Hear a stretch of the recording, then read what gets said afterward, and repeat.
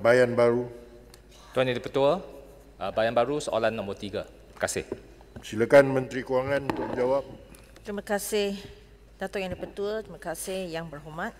Berdasarkan dapatan awal pangkalan data tuntutan bersepadu industri insurans dan takaful atau ITO, antara jenis-jenis penyakit yang mencatatkan kekerapan tuntutan yang tinggi tanpa turutan tertentu untuk rawatan hospital pada tahun 2023 di bawah insurans dan takaful perubatan dan kesihatan atau MHIT termasuklah pneumonia, masalah berkaitan dengan tulang belakang, masalah sistem pencernaan, penyakit jantung, kecederaan sendi dan ligamen seperti dislokasi dan terselio, appendicitis akut, jangkitan virus dan influenza, masalah lain berkaitan sistem pernafasan seperti bronkitis dan jangkitan salur pernafasan atas atau dengan izin upper respiratory infection, penyakit berkaitan telinga, hidung dan tekak atau ENT dan akhirnya demam.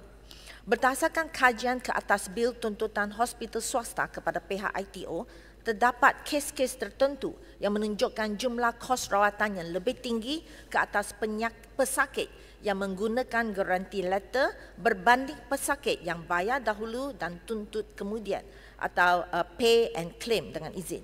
Memandangkan charge rawatan yang dikenakan adalah kurang telus, kajian yang lebih terperinci perlu dijalankan untuk memahami dengan lebih lanjut isu perbezaan charge ini serta langkah-langkah susulan yang boleh diambil.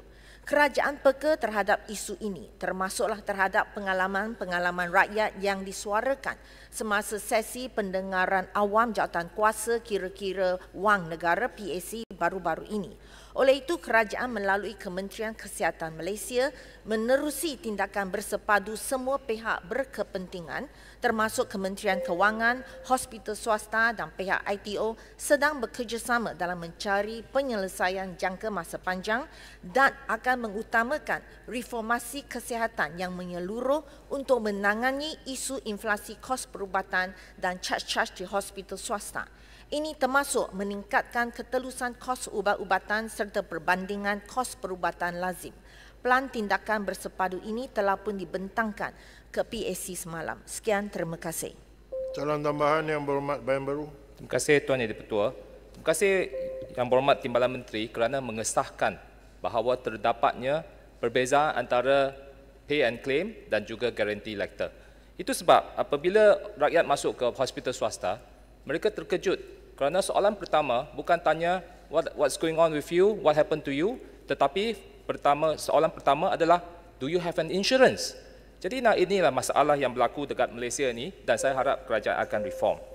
Soalan tambahan saya kepada Yang Berhormat Timbalan Menteri adalah kita sekarang mempunyai Bank Negara Malaysia pada Januari 15 telah mengeluarkan satu perkeliling kepada semua ITO dan mereka kena mematuhi. Tetapi sekarang kita nampati bahawa rakyat ada pelbagai confusion kerana perkeliling itu adakah itu retrospektif atau prospektif dan ada pelbagai interpretasi yang tidak betul, maka surat-surat keluar itu masih mengelirukan rakyat. Saya minta supaya BNM look into this problem. Dan juga saya ingin bangkitkan kepada Yang Berhormat adalah tentang claim rejection oleh syarikat insurans semakin meningkat.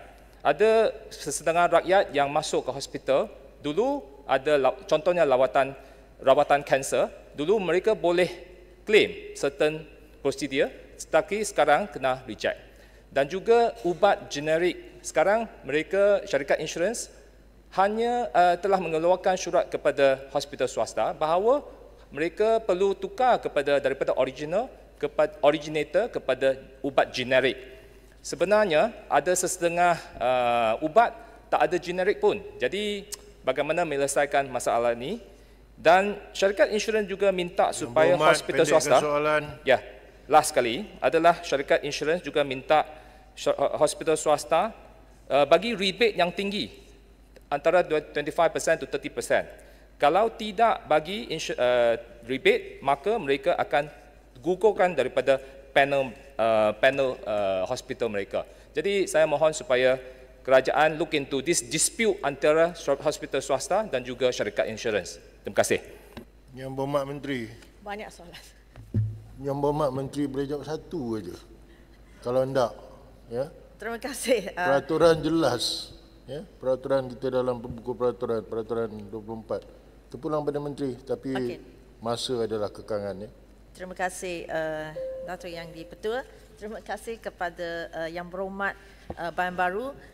Kita memang sedar tentang kepentingan isu ini dan semua memang amat-amat prihatin tentang isu ini. Yang pertama, kerajaan menyedari dan ambil maklum masalah yang dihadapi negara pada waktu ini adalah rumit dan memerlukan kerjasama semua pihak, termasuk Kementerian Kewangan, Kementerian Kesihatan, hospital swasta, pihak ITO dan pengamal perubatan.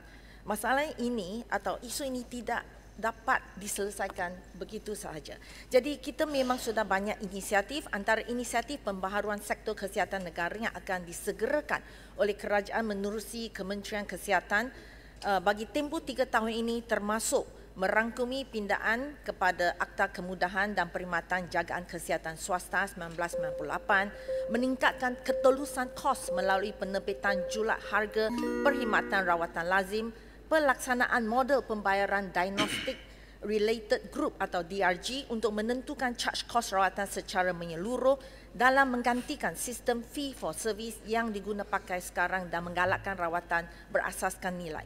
Juga kita akan meluaskan mampu milik perkhidmatan kesihatan seperti rakan KKM dan perkembangan hospital tanpa keuntungan. Kerajaan melalui Bank Negara Malaysia akan mentransformasi reka bentuk produk MHIT melalui pembangunan produk asas dengan ciri-ciri yang lebih mampan di samping mengutamakan penjagaan kesihatan berasaskan nilai. Akhirnya saya ingin mengucapkan terima kasih kepada Yang Berhormat Bayan Baru. Beliau juga dalam jawatan kuasa PAC. Jadi ada apa-apa soalan kita boleh juga seperti Yang Berhormat tadi, kita boleh bincang, boleh dapatkan lebih jawapan yang diperlukan oleh Yang Berhormat. Mohon sebab soalan yang tambahan saya tidak dijawab dengan tuntas lah. Jadi mohon Timbalan Menteri bagi jawapan bertulis kepada saya. Boleh? Soalan yang saya tadi bangkitkan tadi. Terima kasih Timbalan Menteri. Terima kasih. Baik, terima kasih Yang Berhormat Menteri. Saya ingin ingatkan, buka ukur peraturan tu 24A itu jelas. Kita nak try bagi seberapa ramai yang berhormat untuk bertanya. Jadi yang lain-lain tu ambil consideration. Dan Menteri, you don't have to answer dengan izin all of it. 24 dan bracket 3 tu jelas. Baik, berikutnya saya